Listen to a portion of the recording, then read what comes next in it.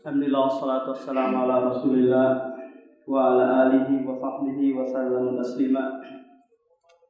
Segala puji bagi Allah subhanahu wa ta'ala yang pada kesempatan yang berbahagia ini kita kembali lagi bermajlis dalam rangka tafaqquh fiddin.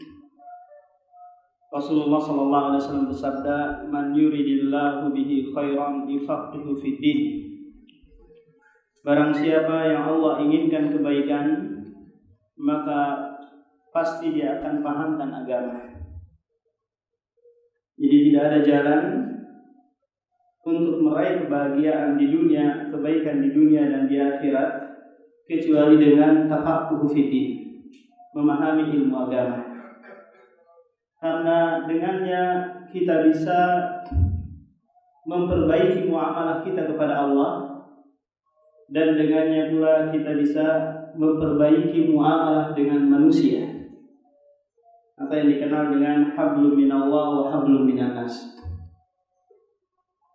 Nah, pada kesempatan ini pula kita akan membahas tafsir Al-Quran Al-Karim, karena kita tahu bahwa bulan suci Ramadan, syahrul Ramadan alladzi unzila fihi Al-Quran, bulan Ramadan yang diturunkan di dalamnya Al-Quran. Maka kaum muslimin berlomba-lomba membaca Al-Quran Al-Karim. Kita lihat di masjid-masjid sana yang bikin ribut tengah malam, saat orang istirahat mereka membaca Al-Quran. Dari satu sisi ini ada kebaikan, tapi sisi yang lain mereka membuat kezaliman, mengganggu orang lain. Akan tetapi Al-Quran Al-Karim diturunkan bukan hanya sekedar tilawatu al-fadhihi, bukan sekedar hanya membaca lafaz-lafaznya. Meskipun di sana ada keutamaan bagi mereka yang membaca Al-Quran, yaitu sabda Rasulullah, "Man qara'a harfan minal kitabi falahu hasanatun wal hasanatu bi asyri amsalihha." La aqulu alif lam mim harfun walakin lam alifun harfun wa lamun harfun wa mimun harfun. Kata Rasulullah, barang siapa yang membaca satu huruf dari Al-Quran, maka dia mendapatkan kebaikan, dan kebaikan itu dilipat gandakan 10 kali. Dan aku, kata Rasulullah, tidak mengatakan satu huruf itu alif lam mim satu huruf, akan tetapi alifnya satu huruf, lamnya satu huruf, dan mimnya satu huruf. Pak Iman sudah berapa huruf? Sudah banyak huruf ya? Sudah ribuan huruf yang dibaca selama Ramadan. Akan tetapi bukan ini tujuan dari diturunkannya Al-Quran. Tujuan inti diturunkan Al-Quran adalah liyadabbaru ayati, untuk ditadabburi ayatnya. Afala yatadabbaruna al-Qur'an am ala qulubin aqfaluha. Apakah mereka tidak mentadabburi Al-Quran, ataukah hati mereka tertutup? Ada dua kemungkinan, hati tertutup atau tidak paham karena tidak paham Al-Quran, atau hati terbuka karena kita paham Al-Quran. Nah, coba bayangkan Pak, kalau ada orang taruh Al-Quran ini diturunkan dengan dengan bahasa Dayak, ya kan? Diturunkan dengan bahasa Dayak. Kemudian datang orang Indonesia belajar bahasa Dayak, tapi belum tahu artinya, hanya baru belajar bacanya. Terus di dalam bahasa Dayak tersebut ada perintah, ada larangan, ada anjuran, ada kisah-kisah. Sementara dia hanya membaca saja tanpa memahami kandungannya. Maka apalah artinya dia hanya sekedar membaca tapi tidak memahami perintah, larangan, dan seterusnya. Betapa banyak orang yang membaca Al-Quran, wal Qur'anu yal'anu, sementara Al-Quran melaknatnya. Coba lihat, ini perkataan sahabat. Betapa banyak orang yang membaca Al-Quran tapi Al-Quran melaknatnya. Ya, dia baca Al-Quran, akan tetapi dia masih tabarruj, masih berhias gitu, datang ke masjid berpakaian yang masya Allah, tapi membaca Al-Quran di sana. Sementara Al-Quran melaknatnya, masih melakukan hal-hal yang dilarang oleh Allah Subhanahu wa Ta'ala di dalam Al-Quran. Jadi itu tujuan inti diturunkan Al-Quran adalah liyadabbaru ayatihi. Maka sahabat la yatajawazu an asyrati ayat, itu tidak melewati 10 ayat kecuali mereka sudah menghafal, memahami dan mengamalkan kandungannya. Ini merupakan manhaj sahabat dalam Al-Quran Al-Karim. Kata Abdullah bin Mas'ud, la yakun hammu ahadikum akhir suratin. Janganlah kalian itu bersemangat ingin menyelesaikan Al-Quran, ingin cepat-cepat, bagaimana saya bisa mengkhatamkan, bagaimana bisa menyelesaikan secepat mungkin hafalan saya. Enggak, bukan itu inti dan tujuannya, yaitu dipahami ayat-ayatnya. Nah, kita sebagai orang Indonesia untuk sampai kepada pemahaman Al-Quran, minimalnya itu paham terjemahannya. Kalau kita belum belajar bahasa Arab, minimalnya apa? Baca Al-Quran sambil baca terjemahannya. Langkah yang kedua, memahami tafsirnya. Apa maksud dari ayat ini? Apa yang bisa diistinbat, hukum yang bisa diambil dari ayat ini? Ini langkah yang kedua. Sehingga kita bisa apa? Bisa sampai kepada haqqo tilawati, yaitu sebenar-benarnya tilawah. Membaca Al-Quran, dengan memahami ayat-ayatnya yang terkandung di dalamnya. Nah, kita akan memulai membahas surah Al-Fatihah, surah yang sangat agung, yang kata Rasulullah SAW, lam yanzil fit Taurati wala fil Injili wala fil Zabur. Yang mana surah Al-Fatihah ini surah yang paling agung, tidak pernah diturunkan di Taurat, di Injil dan di Zabur. Hanya diturunkan di dalam Al-Quran Al-Karim. Saking agungnya ayat ini, kaum muslimin itu dianjurkan dan diwajibkan membaca 17 kali dalam sehari semalam. Dan dia merupakan perwakilan dari seluruh surah-surah yang ada. Di Al-Quran terdiri dari 114 surat, diwakilkan oleh surah Al-Fatihah. Dan mujmal Al-Quran, yaitu kandungan secara global Al-Quran, itu terkandung di dalam surah ini, surah Al-Fatihah. Kita tahu Pak bahwa Al-Quran itu kandungannya hanya 3. Yang pertama tentang hukum-hukum, yang kedua tentang keesaan kepada Allah, yang ketiga tentang kisah-kisah. Nah, semua ketiga ini terkandung di dalam surah Al-Fatihah. Sehingga dia disebut apa? Dengan mujmal Al-Quran, globalnya Al-Quran itu di dalam surah Al-Fatihah. Sementara kalau kita baca dari Al-Baqarah, dari awal Al-Baqarah hingga akhir surah An-Nas, di dalam sholat kita mewakili Al-Fatihah tidak diterima. Maka apa? Maka tidak diterima. Coba Pak, ada orang sholat Allahu Akbar, setelah baca doa istiftah, dia baca Al-Baqarah sampai akhir, maka sholatnya tidak diterima. La sholata liman lam yaqra bi Fatihatil Kitab. Tidak ada sholat bagi mereka yang tidak membaca Al-Fatihah. Sehingga marilah kita bersemangat untuk memahami surah ini, surah yang agung ini, sehingga kita khusyuk ketika membacanya dalam sholat. Sehingga karena apa? Karena kita paham apa yang dikandungnya. Jadi surah Al-Fatihah itu memiliki nama yang banyak sekali. Sampai disebutkan namanya ada 36. Al-Fatihah, kemudian Sad'u Masani, As-Shalah, kemudian Asy-Syifa, dan nama-nama yang lainnya. Yang dia adalah Fatihatul Kitab, pembuka Al-Quran. Kalau kita buka Al-Quran pasti ketemu yang pertama adalah Al-Fatihah. Nah, dia terdiri dari 7 ayat. Terdiri dari 7 ayat. Sab'an minal masani. Walaqad atainaka sab'an minal masani. Sungguh kami telah menurunkan kepadamu wahai Muhammad 7 ayat yang diulang-ulang.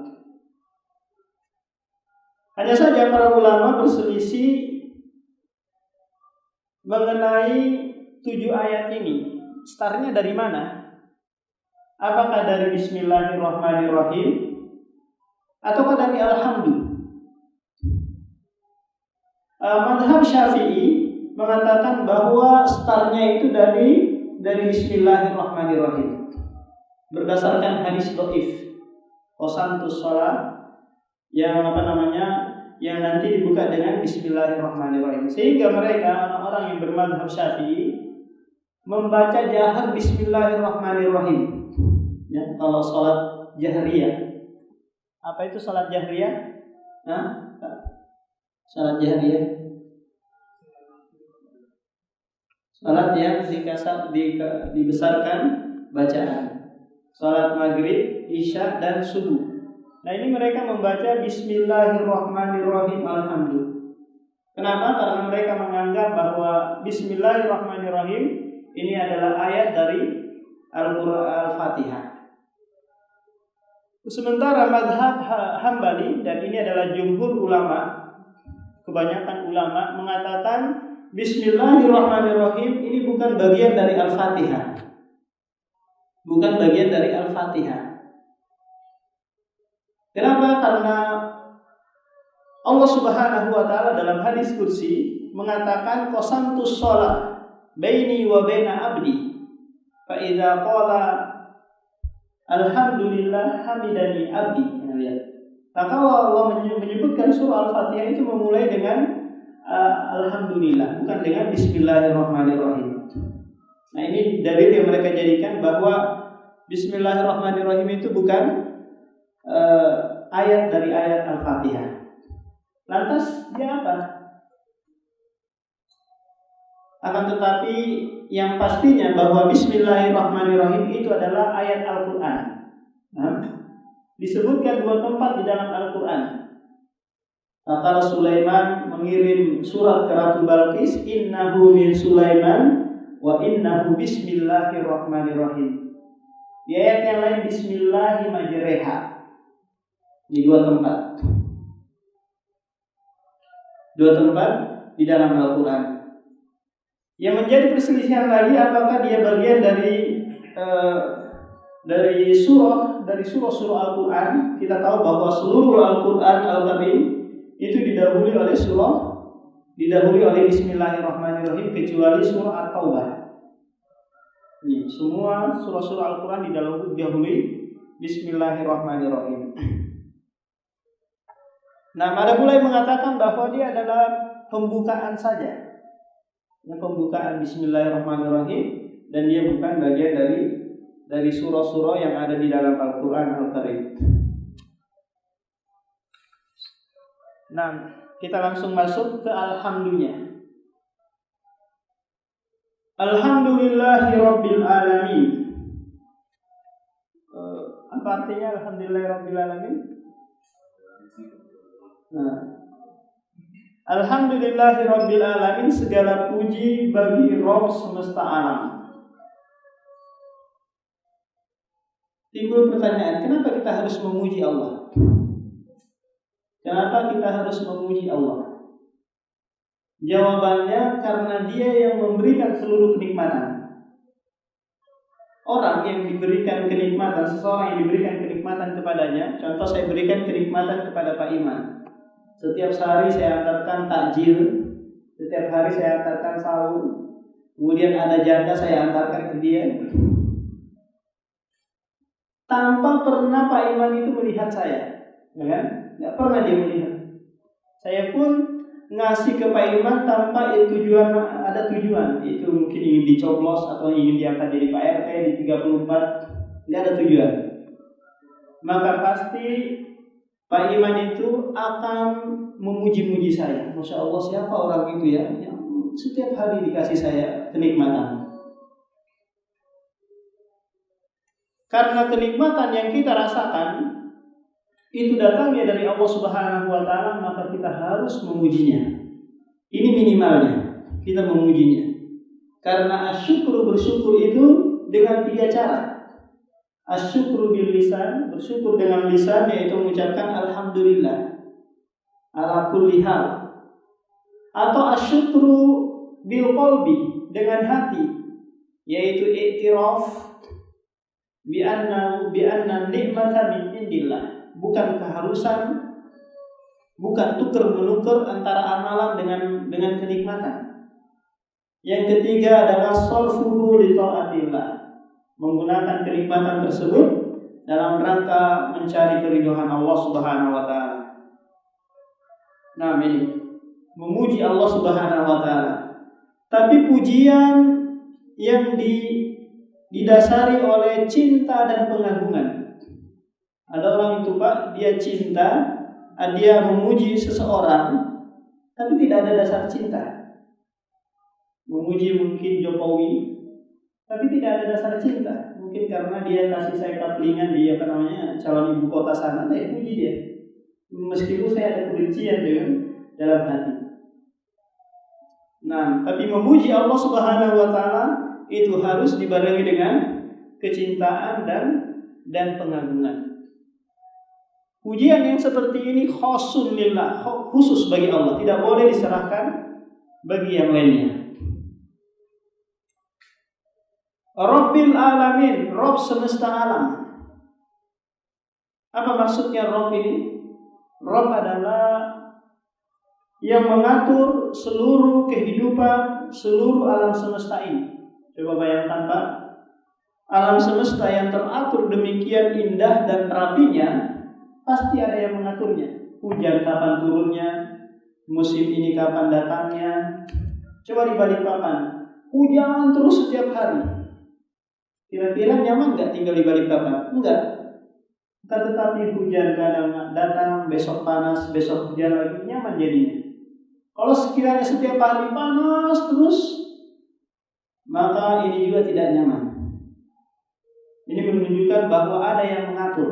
Dan tak satu pun orang yang lepas atau yang keluar dari pengaturan Allah Subhanahu wa taala.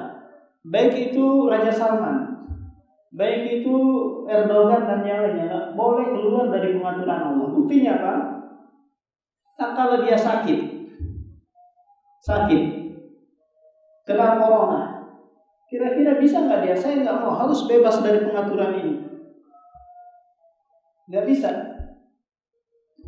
Atau kematian datang kepadanya, dia tolak sebentar, saya nggak mau mati. Saya tunda pengaturan Allah ini, nggak bisa. Pasti dia di bawah pengaturan Allah Subhanahu wa taala. Jadi kalau kita meyakini ini bahwa Allah yang mengatur segala kehidupan kita, rezeki kita, ajal kita, sehat kita, maka sungguh kita telah meyakini sesuatu pengatur yang paling terbaik, yang tidak perlu ada perubahan dari apa yang dia atur. Kalau kita diatur, kok saya diberikan miskin terus tidak pernah diberikan kaya sedikit pun, maka yang Anda dituntut oleh Allah Subhanahu wa taala adalah bersabar. Kok saya diberikan nikmat terus tidak pernah diberikan susah? Allah menuntut Anda untuk bersyukur. Hanya 2 ini saja, as-sabru dan as-syukru. Ar-Rahmanir Rahim. Ar-Rahmanir Rahim, yang Maha Pengasih lagi Maha Penyayang. Ini merupakan 2 nama Allah Subhanahu wa taala yang sering sekali bergandengan. Seakan-akan 2 nama ini memiliki makna yang sama, ya kan ya? Padahal dia tidak sama maknanya. Kalau Ar-Rahim, Ar-Rahman itu memiliki makna rahmat yang umum.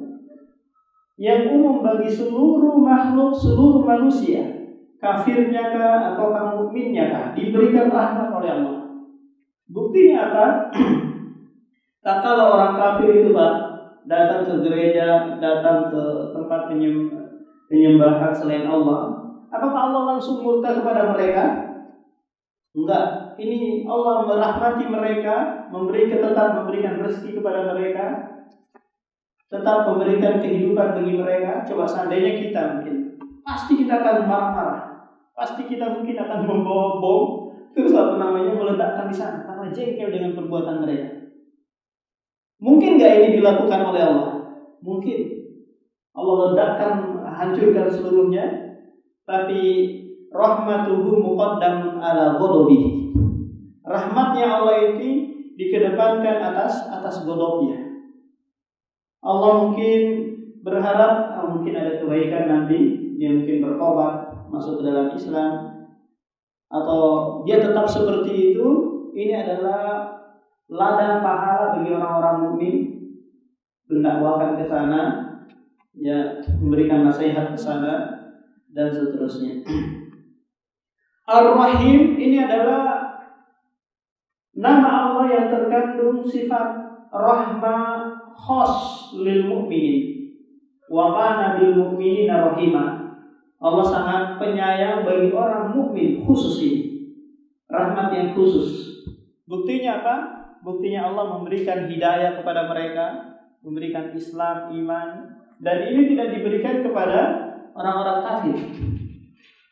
Nah, cukuplah Pak, nikmat yang terbesar yang Allah berikan kepada kita tatkala kita mengenal Islam, ya, mengenal sunnah. Ini nikmat yang kata ulama, aku tidak tahu yang mana yang paling afdal di antara keduanya. Kalau tidak, coba kita mungkin datang ke gereja seminggu sekali, atau datang ke tempat penyembelihan, membawa hal-hal harta kita dan yang lainnya, padahal semua itu haba'an mansura, seperti debu yang berterbangan, tidak dianggap oleh Allah Subhanahu wa taala. Pertanyaannya sekarang, apa kaitannya ayat ini dengan ayat sebelumnya? Ar-Rahman Ar-Rahim ini. Kaitannya adalah Allah Subhanahu wa taala tatkala mengatur alam semesta ini itu penuh dengan rahmat dan kasih sayang. Penuh dengan rahmat dan kasih sayang. Tidak dengan kemurkaan. Kalau Allah Subhanahu wa taala sedikit-sedikit murka, sedikit-sedikit marah, ya, kayak orang-orang yang ada di dunia ini sedikit-sedikit marah, ada kesalahan langsung marah, langsung menyiksa, langsung mengikok. Maka binasa kita semua ini, hancur kita semua. Coba bayangkan setiap hari kita melakukan kesalahan. Kalau setiap kesalahan yang kita lakukan itu diikop oleh Allah, disiksa oleh Allah, maka tak satu pun di antara kita yang tersisa. Nah, demikian yang bisa disampaikan Pak. Kita lanjutkan lagi dalam pertemuan berikutnya. Ada yang ditanyakan dulu? Sudah pas jam 6. Waktunya tidur pagi.